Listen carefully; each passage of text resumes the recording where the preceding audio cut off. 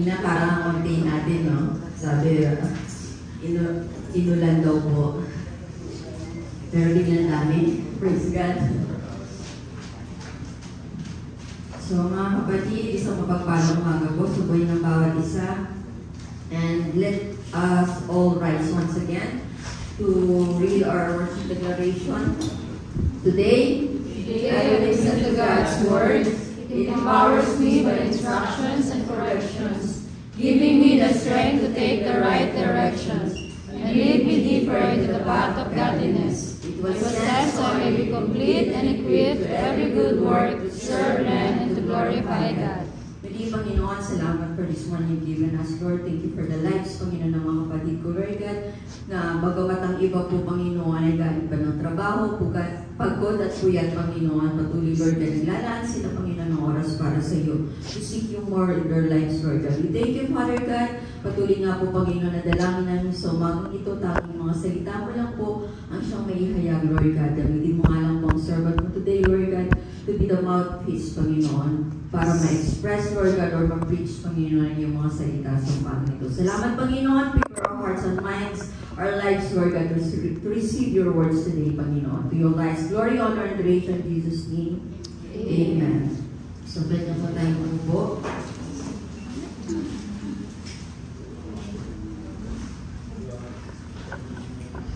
Parang makawala sa bibig ko yung puso ko. So, napakasarap po magpuri sa Lord. Ano po mga kapatid?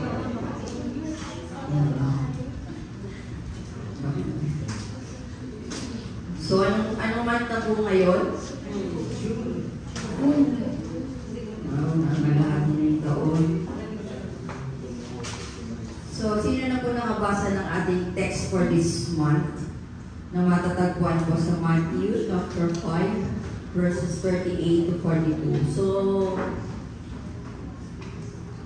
yan po. Basahin nga po natin mga kapatid. You have heard the law that says the punishment must match the injury, an eye for an eye and a tooth for a tooth. But I say, do not resist an evil person. If someone slaps you on the right cheek, over the other cheek also. If you are stood in court and your shirt is taken from you, give your coat too. If a soldier demands that you carry his gear for a mile, carry it 2 miles. Give to those who ask and don't turn away from those who want to borrow. So mga kapatid, ito po ay katuruan laban sa paghihiganti. So narinig ba natin, mata sa mata, ngipin sa ngipin. Ngunit ano ang sabi ng Lord? Ngunit sinasabi ko sa inyo, basahin ko po sa Tagalog, huwag kayong gumanti sa masamang tao. Kung sinampal ka sa kanang pisngi, iharap mo pa raw po yung kaliwa. Kung isakdal kanino, mano pang makuha ang iyong damit, ibigay mo ito sa kanya pati ang iyong balabal. Kung pilitin ka ng isang kawal na pasanin ang kanyang dala ng 1 milya, pasanin mo iyon ng 2 milya. Bigyan mo ang nangihingi sa iyo at huwag mong tanggihan ang nanghihiram sa iyo. Mga kapatid, ang team po natin for this month is elevate, go the second mile. So from verse 41 po yun. If a soldier demands that you carry his gear for a mile, carry it 2 miles. Mga kapatid, ang sabi ng Lord, huwag na po tayo paghiganti. Tanggap ba natin agad yun? Parang ang hirap, ano? Lalo na pag ginawan tayo ng masama. But instead of revenge, ano yung gusto ng Lord na ituro dito? Having compassion. Ano ba yung compassion? Yung malasakit, pagkahabag, or pagdamay. In Tagalog. To suffer with. Or it is a feeling of deep sympathy and sorrow for another who is hurting, in pain, or has misfortune and is accompanied by a strong desire to help the suffering or to help that person who is suffering. So mga kapatid, ito pong text na to is katuruan laban sa paghihiganti. Instead, we have to show compassion towards others. So, basahin po natin yung magiging text natin for this morning po. From Luke chapter 10, verses 30 to 35. Alam ko pong familiar na kayo sa kwentong ito, but let me read to you once again. In Luke chapter 10, verse 30, Jesus replied with a story. So, ito po mga kapatid, ang context ito or ang sina ito po is merong isang tagapagturo ng katuruan, ng law, na nagtanong sa Panginoong Jesus kung paano siya magkakaroon ng buhay na walang hanggan. So, ang sabi ng Panginoong Jesus, ano ba nakasulat sa kasulatan? Love your God with all your heart. Wala dyan mga kapatid. With all your mind, with all your soul, with all your might. And love your neighbor as you love yourself. So, para hindi mapahiya yung sabi ng Panginoong Jesus, gawin mo yun kung ano yung nakasulat sa kasulatan, sundin mo. Para hindi mapahiya yung teacher of law, nagtanong siya ulit, sino naman po yung aking neighbor? Or sino naman po yung aking kapwa? So, ito yung reply ng Panginoon. Jesus replied with a story. A Jewish man was traveling from Jerusalem down to Jericho, and he was attacked by bandits. They stripped him of his clothes, beat him up, and left him half dead beside the road. By chance, a priest came along. But when he saw the man lying there, he crossed the other side of the road and passed him by. A temple assistant walked over and looked at him lying there, but he also passed by on the other side. Then a despised Samaritan came along, and when he saw the man, he felt compassion for him. Going over to him, the Samaritan soothed his wounds with olive oil and wine and bandaged them. Then he put the man on his own donkey and took him to an inn, where he took care of him. The next day, he handed the innkeeper 2 silver coins, telling him, "Take care of this man. If his bill runs higher than this, I'll pay you the next time I'm here." So mga kapatid, dito po sa binasa po nating passage, 2 puntos lang po ang pupulin natin. From verses 30 to 33, ibinakita po doon mga kapatid kung ano yung nangyari sa isang Jewish man.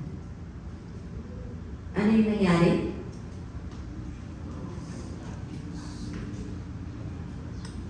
So may gumawa sa kanya ng di maganda. Binugbog siya, kinuha ang kanyang damit. O, lumang possession na meron siya. Ano po?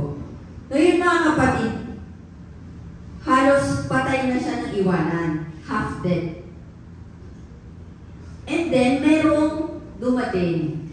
Sino yung una? Yung priest. Tumigil ba siya? Siguro for a moment, but anong sabi? He crossed the other side of the road and passed him by. So lumagpas lang. Pangalawa, sino yung dumaan? Yung temple assistant. So tumigil ba siya? Hindi rin. Nilagpasan lang din niya. So mga kapatid, dito sa pangyayari po ito, sino yung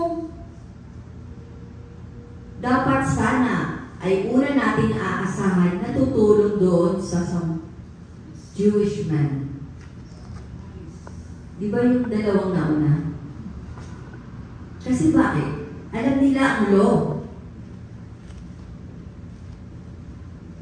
But the sad truth is, hindi nila pinractice. Hindi nila ipinakita yung compassion na kailangan ng Jewish man. Sino yung nagpakita ng compassion? Samaritan.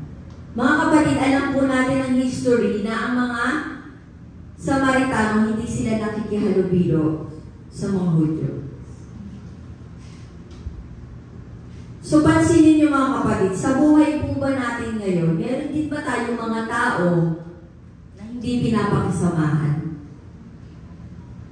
Meron din po ba tayong mga tao na ayaw natin kasama? So, ano yung mga dahilan natin? Ano yung mga dahilan natin? So, pwede lang po natin sagutin yung sariling tanong natin. Alam natin po yun sa ating mga sarili, mga kapatid. But the first thing na nais ng Lord na ituro po this morning is show compassion to all. Doon po sa key text natin sa Matthew, ang pinapatungkulan doon is yung tao na nakasakit sa atin or gumawa sa atin ng di maganda. Yun daw yung papakitaan natin ng compassion. So yun yung challenge, mga kapatid. Sabi po sa Psalms 145 verse 9, "The Lord is good to everyone. He showers compassion on all His creation." Lahat ba, mga kapatid, na nilala ng Panginoon sa truth is good or are all good?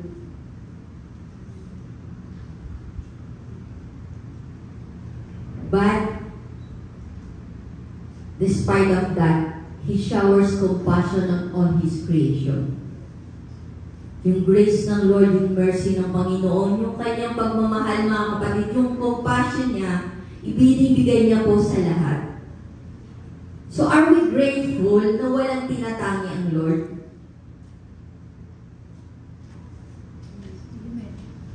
Yes. Na tinanggap niya tayo at minahal niya tayo kahit ng mga panahon na tayo ay hindi katagang-tanggap at hindi kamahal-mahal.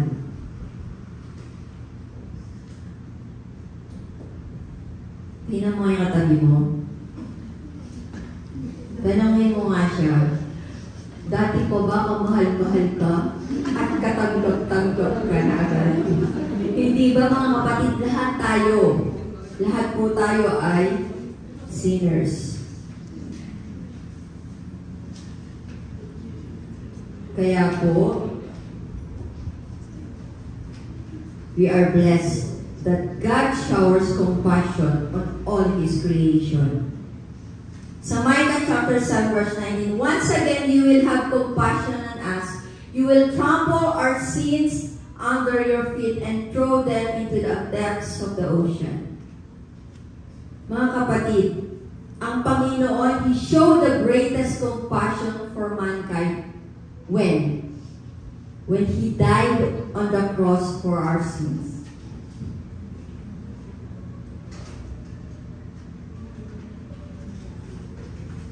Sino gusto pumunta ng heaven?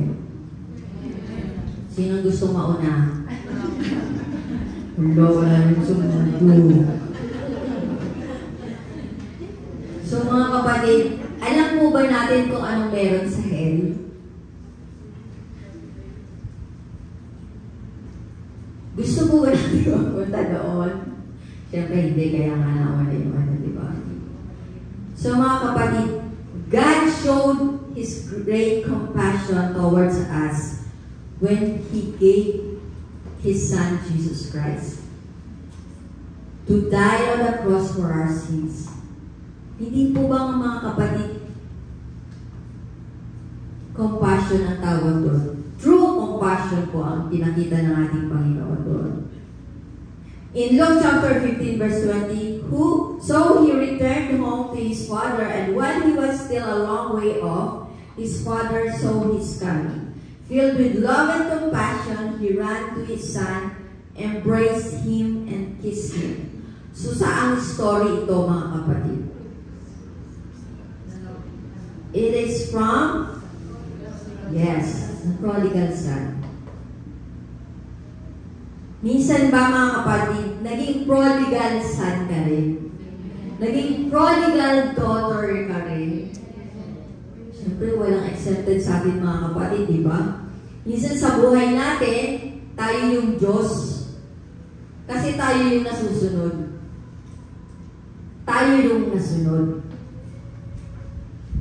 Tayo yung Panginoon ng ating buhay kasi lahat ng gusto natin ang ating ginagawa.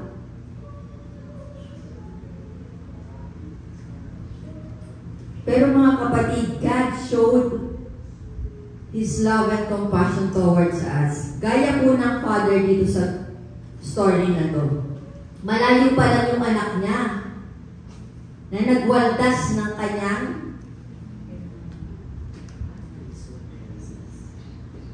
ano doon? Pamana. Di ba hiningi na agad ng anak yung kanyang mana? Buhay pa man din yung kanyang ama. Pero malayo pa lang po siya, filled with love and compassion, yung pong ama, sinalubong na siya. Embrace him and kiss him. Kapatid, kunwari, malayo pa lang nandyan na yung taong nakasakit sa iyo. Open arm mo rin kaya lang. Tatanggapin, hahalikan, at yayakapin. Hala, si Tatsilo. Pero mga kapatid, ito yung tinuturo ng Lord. Mamaya maglapit sa'yo. Parang in-valid na embrace or kiss, batukan or panan. Huwag ganun mga kapatid. Ano? Hindi po ganun yung tinuturo ng Lord, ano mga kapatid. So let us show compassion. Sa Ephesians chapter 4 verse 32, it said, be kind to each other, tender-hearted, forgiving one another, just as God through Christ has forgiven. So mga kapatid, gaano po ba yung mga kasalanan na gawa natin? Patuloy natin nagagawa. At maaaring magawa pa po natin in future. Kaya niyo bang bilangin sa pamamagitan ng iyong mga daliri, sa kamay at sa paa? Ilang pong daliri meron kayo? Okay. Do you think how many po beses tayo nagkakasala sa loob ng 24 oras? Palagay nyo, sapat ang mga daliri natin. So, we don't know. Kasi iba-iba eh. Sa isip, sa salita, sa gawa, sa nararamdaman. So, we can count it. Only God knows, mga kapatid. Minsan sinasadya natin, minsan hindi. Mga kapatid, ang sabi po, be kind to each other, tender-hearted, forgiving one another, just as God through Christ has forgiven you. Anong sabi sa Bible? Nung may nagtanong sa kung ilang beses niya dapat patawarin ang kanyang kapatid. 7 times ba? No. It is 77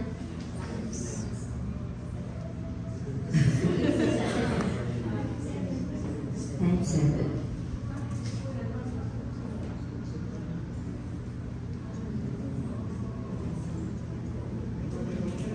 So, kaya po natin gawin yun, mga kapatid. Baka yung 7 beses na natin patawarin na nagkasala sa akin, pahirapan pa eh. Pero yun po ang kalooban ng Lord. Yun po yung ituturo sa atin, mga kapatid. In 1 Peter chapter 3 verse 9, don't repay evil for evil. Don't retaliate with insult when people insult you. Instead, pay them back with a blessing. So yung kanina binasa natin sa Matthew 5, an eye for an eye, and a tooth for a tooth. Ito naman yung version niya. Don't repay evil for evil. So pag ginawa ka raw po ng masama, huwag mong gantihan ng masama. Kapag ininsulto ka raw po, huwag mong insultuhin din. Instead, ano daw po ang dapat natin gawin? Pay them back with a blessing. Pagpalain mo pa. That is what God has called you to do, and He will grant you His blessing. So, madali bang i-bless ang taong nanakit sa atin? Grabe yung pagtuminig. Madali po bang i-bless ang taong trumaydor sa atin? Madali po bang magpakita ng compassion? Yung taong nagsabing hindi tayo iiwan.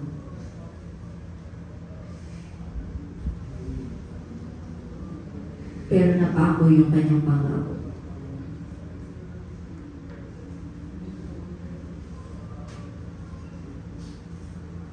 Mga kapatid, first thing and foremost sa binasa po natin, show compassion to all. So mga kapatid, ito pong Samaritan, ipinakita po niya yung compassion niya dun sa Jewish. Ano yung ginawa niya? Ginamot niya yung sugat. Diba? The Samaritan soothed his wounds with olive oil and wine and bandaged them. So let us say na enemy mo yung Jewish man na yun. Tapos ikaw yung Samaritan. Anong gagawin mo when you pass by dun sa Jewish man? Baka tadyakan mo ba yun, ha? Gagawin mo ba yung sugat?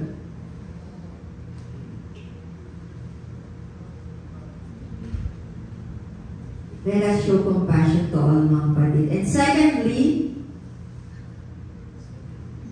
increase what we can give or do. So verses 34 to 35, mga kapatid, nabasa po natin doon. Ano ba yung ginawa ng Samaritan? Ginamot niya lang ba yung sugat ng Jewish man? No. Hindi lang po yun. Ano pa po yung ginawa niya? Isinakay niya sa donkey at dinala niya sa isang bahay panuluyan. At ano ang sabi pa doon? Where he took care of him. Inalagaan po niya. Yun lang ba? The next day, he handed the innkeeper 2 silver coins, telling him, take care of this man. If his bill runs higher than this, I'll pay you the next time I'm here. So mga kapatid, kung tayo po ay mag-show ng compassion towards others, let us all increase din po what we can give or do. Tama naman ang yung nag-show na ng compassion. Pinayan ko siya mga i-chain. Ang gusto yung 10,000. Hindi na ako makapag-save ng 10,000. Mga kapatid, increase what we can give or do. Sabi ko sa 1 John chapter 3 verse 17, if someone has enough money to live well and sees a brother or sister in need but shows no compassion, how can God's love be in that person? So kung meron ka rin sapat na salapi, mga kapatid, is nakita mo yung kapatid mo, tingnan mo yung katabi mo, siya, nakita mo siya, oo siya, nakita mo siya na nangangailangan, tapos hindi ka ba na nagpakita ng pagkabal, ng malasakit? Kasi mababawasan yung pang extra rice mo. Yung pang sandwich mo. Yung pang SB mo. How can God's love be in that person. So, ganun din mga kapatid, di po ba? Hindi lang pwede natin sabihin na, ay, nakakaawa naman siya. Ano nangyari sa kanya? Ganun lang, in words lang mga kapatid. Ay, grabe pala nangyari sa kanya. Buti, huwag natin pagdudog sa mga buti sa kanya. Huwag ganun mga kapatid. Ang sabi ko, not in words only, but in action. At kapag gumawa ka rin naman ng kabutihan, or nag-show ka rin naman ng compassion, itodo mo na. Di ba gaya po ng ginawa ng Samaritan na ito sa Jewish man? Sabi sa Matthew chapter 20 verse 34, Jesus felt sorry for them and touched their eyes. Instantly they could see. Then they followed him. So, sino yung binabanggit dito mga kapatid? Merong crowd na nag-follow sa Panginoong Jesus. Ngayon, merong dalawang lalaki na bulag na sumigaw. Panginoon, anak ni David, kahabagan niyo po kayo. So, pinatatahimik sila ng mga tao. Pero ano yung ginawa nila? Salit na tumahimik sila. Mas lalo pa nila nilaksan. Wow! Panginoon, anak ni David, mahabag po kayo sa amin. So, anong sabi ng Panginoong Jesus? Ano bang gusto niyong gawin ko sa inyo? Ano ba yung hiniling ng dalawang bulag? Ang makakita. Kaya sabi ng dyan po, Jesus felt sorry for them and touched their eyes. Instantly they could see. Then they followed him. Mga kapatid, kung ikaw ay may kakayanan na tulungan ang isang tao or isang nangangailangan, gaya po ba ng Panginoong Jesus, gagawin mo? If you can heal one person na may sakit, mga kapatid, ipagkakalubo pa sa kanya ang kagalingan. Will you show compassion to him or to her? Gaya ng Panginoong Jesus, mga kapatid. In 2 Corinthians chapter 1 verses 3 to 4, all praise to God, the Father of our Lord Jesus Christ. God is our merciful Father and the source of all comfort. He comforts us in all our troubles so that we can comfort others. When they are troubled, we will be able to give them the same comfort God has given us. Mga kapatid, minsan po ba natanong natin sa mga sarili natin or sa Lord, Lord, bakit naman po ganito kaintindi ang mga pinagdaraanan ko? Bakit naman po Lord, ganito kabigat ang circumstance na inalaw mo sa buhay mo? Ano pong sabi doon, mga kapatid? Para maranasan po natin yung comfort na nanggagaling sa Lord. At para ano po? So we can comfort others. So ikaw na na-overcome ang isang circumstance, tapos yung kaibigan mo or kapatid mo, pagdadaanan pa lang yun, you can comfort him or her and give him or her advice. Kasi nalagpasan na natin. Na-experience po ba natin yung mga kapatid? Na may pinagdaanan tayo at nalagpasan. Tapos pagdadaanan pa lang ng isang kakilala natin. So we are grateful kasi pwede natin siyang tulungan with our experience, with the comfort that God gave us, with the mercy na ibinigay sa atin ng Panginoon. In Matthew 14 verse 14, Jesus saw the huge crowd as he stepped from the boat, and he had compassion on them and healed their sick.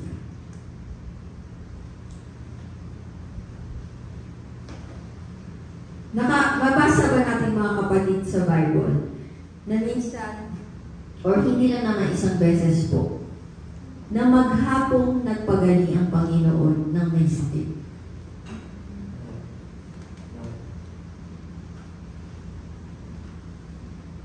Kapatid, kailan may nanghingi sa'yo ng time para pakinggan siya? Kailan may nanghingi sa'yo ng financial support, tapos binigyan mo?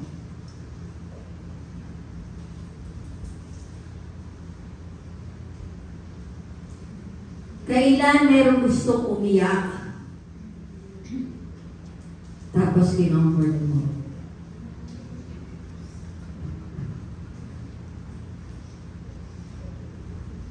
Kapatid, isang beses lang po ba yun? Depende raw po. Depende raw po yun sa kasama. Ay araw-araw? Mga kapatid, bakit ko po yung tinanong? For us to know kung nandun ba yung willingness natin to increase what we can give or do. Kasi po, this month, increase, go to the second mile. Ibig sabihin, increase your compassion. Increase our compassion. So 1 John chapter 4, verse 12, no one has ever seen God, but if we love each other, God lives in us, and His love is brought to full expression in us. So mga kapatid, paano mo maniniwala sa atin kung mayroon tayong share na God is love? Kung tayo hindi makita sa atin yung totoong pagmamahal. Yung true compassion. Compassionate ba si Lord? Anak ba tayo ng Lord? So, ang mga anak, nagmana sa magulang, tama? Parang ilan na lang nag-amen. So, ganun mga kapatid ang nais ng Panginoon. Agree ang kalangitan, hindi po ba?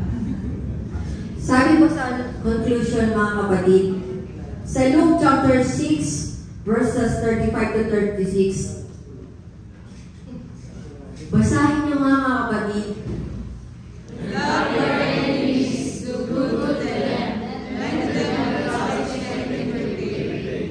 Then your reward from heaven will be very great, and you will be happy in the children of the Most High. For He is kind to those who are unthankful and wicked. You must be compassionate, just as your Father is compassionate. He is kind to those who are unthankful and wicked. He is kind to those who are unthankful and wicked. You must be compassionate just as your Father is compassionate. So mga kapatid, may malasakit po ba tayo sa iba? Handa po ba nating damayan ang mga nangangailangan? Kinahabagan po ba natin mga kapatid, those are in pain, those who is hurting?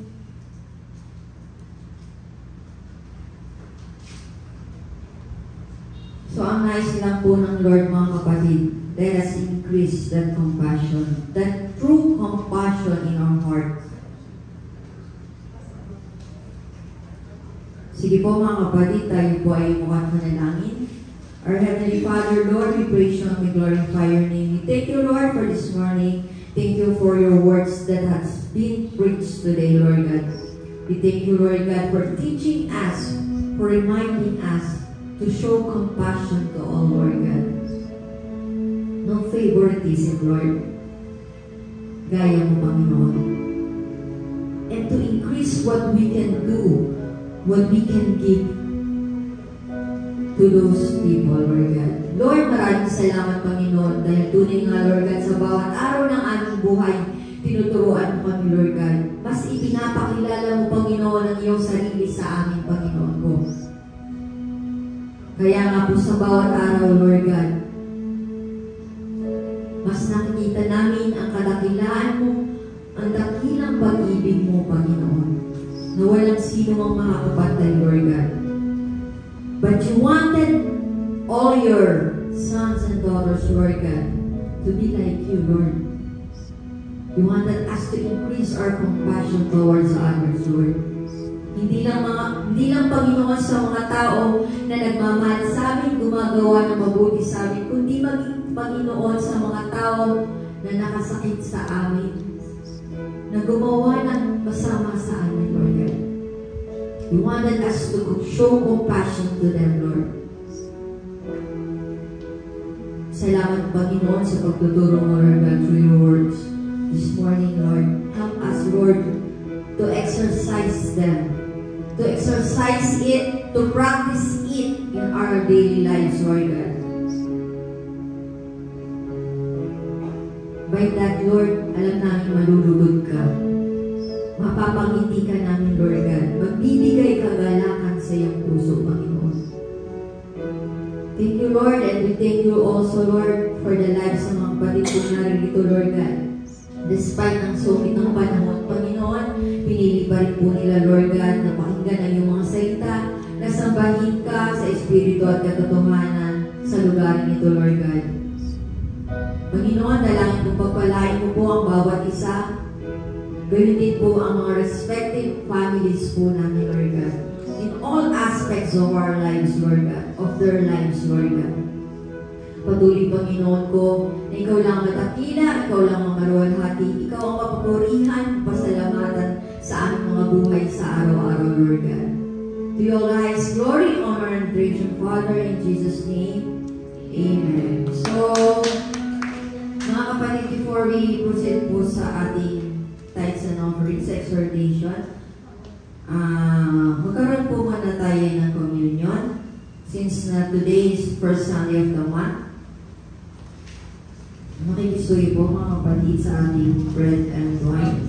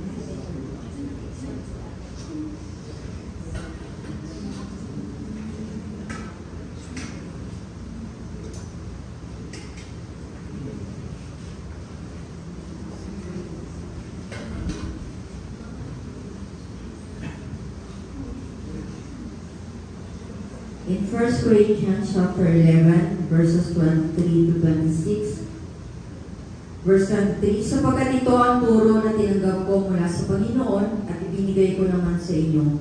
Nung gabing siya ay pinagpagkanulo, ang Panginoong Yesus ay dumampot ng tinapay, nagpasalamat at pinagpirapiro sa iyon at sinabi, ito ang aking katawan na inihahandog para sa inyo. Gawin ninyo ito bilang pag-alala sa akin. Let us partake the bread.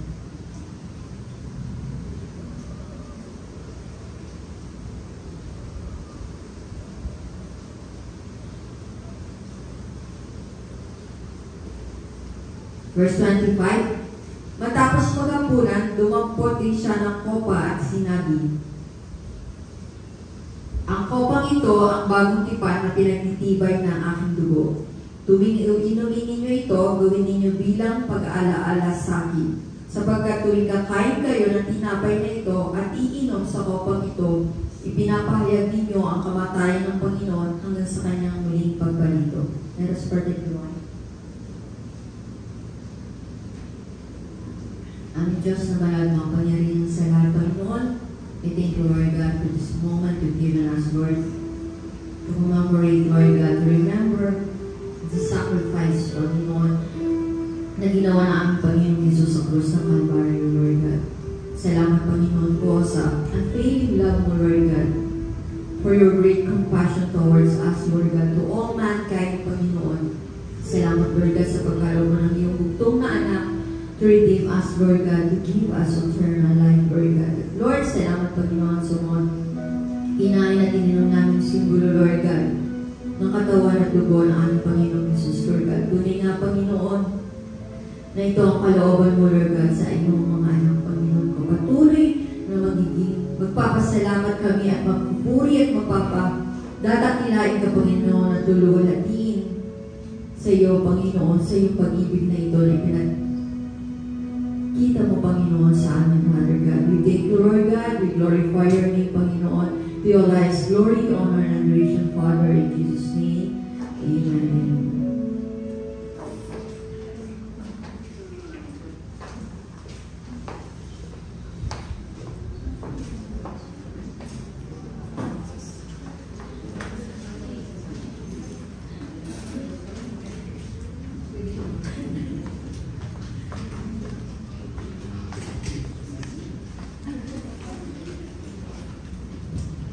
What time is this?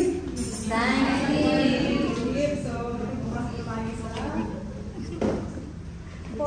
Philippians 4 verse 15 to 19.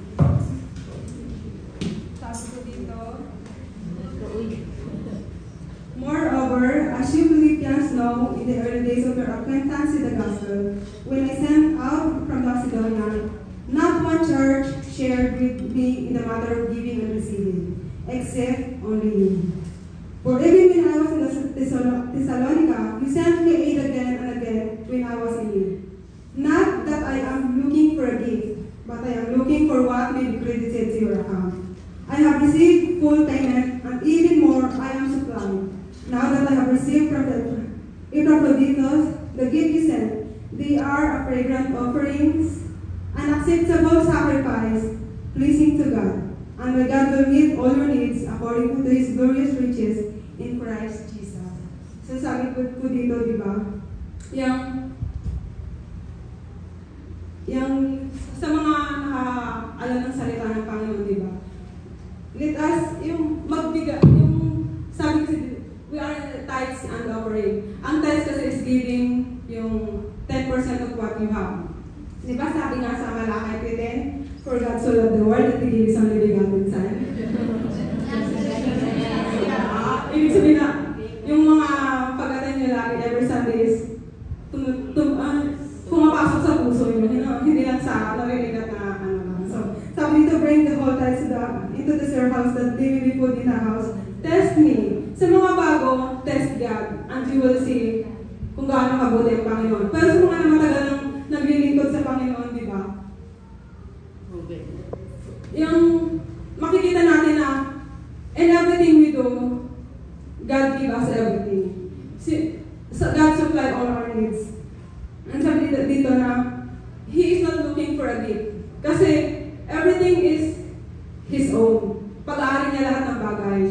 So ang binibigay natin is, hindi lang dahil sa gusto niya makatanggap ng regalo. Because it is because He is looking at your heart. Paano ka ba nagbibigay para sa Panginoon? Pleasing sacrifice kasi nagiging mabangong sa iyo ang binibigay mo sa Kanya dahil tao sa puso mo ang pagbibigay mo. Wala kang alinlangan at naroon sa puso mo yung pagtitiwala at pananalig na in whatever you do, in whatever you give to Him, you know na hindi ka magkukulang dahil siya yung magpuprovide ng pangangailangan mo. He is not looking of how much you give. give, but He is looking how you trust Him. Katulad nga yun ng babaeng balo, di ba? Na she has only a cent, pero hindi yung tinignan ng Panginoon. Mas kinalugdan siya ng Panginoon dahil yung pagbibigay niya, inilubos niya yung pagtitiwala na dahil kahit na alam niya, batid niya sa sarili niya, na the next day wala na siyang kapera, pero ibinigay niya ng buo. Dahil nagtitiwala siya na yung Panginoon is totoo sa buhay niya. Ganun din kung parang naging yung, di ba, ipinagmalaki siya ng Panginoong Jesus dahil sa kanya binigay. Ganun din po tayo mga kapatid. Yung ibigay natin kung ano yung talagang sa puso natin, kung what is the value of God in your life, and you will know how yung value na nais mo rin ibigay sa Panginoon. Kung alam mo yung value ng Panginoon mo, alam mo kung anong kaya mong ibigay sa Panginoon. At ang binibigay po natin sa Panginoon is hindi lang para sa mga nakatayo at para sa simbahan, kundi ito po if we truly have compassion for others, nakakatulong po ito sa maabot at marating pa yung mga hindi pa nakakilala sa Panginoon. Hindi lang po sa lugar ito, kundi marami pa. Diba? We are giving our tithes, we are helping nag-grow yung churches natin, hindi lang dito sa Taiwan, kundi nakakabot hanggang sa Pilipinas. And we are sending students sa para makapag-aral, para nung sa ganun magkaroon pa tayo mga more missionaries. So, naisin natin na, i-desire natin sa puso natin na sa pagbibigay natin, maging mabangong samyo, maging maipagmamalaki tayo na this is my child who truly trust me, who truly have faith on me. So yun lang. Kasi pag-usapan natin yung yes, Lord Jesus, Lord God, Panginoon, napakabuti mo sa aming buhay, Lord God. You are a God na hindi nagbabago simula noon, Lord God. Hanggang ngayon, patuloy mong pinaparanas kung gaano kakabuti sa aming buhay, Lord God. Patuloy mong pinaparanas sa amin ang pagmamahal mo, ang compassion mo, ang mercy mo, Lord God, na sa kabila ng hindi kami karapat-dapat, but you still, Lord God, nariyan ka sa amin, Lord God. Lord God, hayaan mo, Panginoon, na sa aming pagbibigay, Lord God, makita sa amin, Lord God, na kung paano kami nagtitiwala sa iyo. Paano kami naniniwala, Lord God, na ikaw ay Diyos at buhay, totoo, tapat, magpakailanman, Panginoon. Thank you, Father God, sa pagbibigay sa amin ng buhay. Maraming salamat, Panginoon, sa pagbibigay, hindi lang sa biyaya na patuloy namin naranasan, at lalong-lalo na po sa buhay na patuloy kami narito, Lord God, upang ikaw papurihan at sambahin, Panginoon. Hayaan mo, Father God, na ikaw yung maitaas, Lord God, sa aming mga buhay, Panginoon. Ikaw yung makita, Father God. And Lord God, magkaroon kami ng compassion, Lord God, ng pamahal, Lord God, hindi lamang sa aming kapatiran, kundi, Lord God, lalo tigit sa mga hindi pa nakakilala sa Panginoon. Patuloy na makita sa aming Panginoon, Lord God, kung sino pa sa aming buhay, Lord God. Thank you, Father God, sa inyong pagpapulit. Salamat. In Jesus' mighty name, pray. Amen.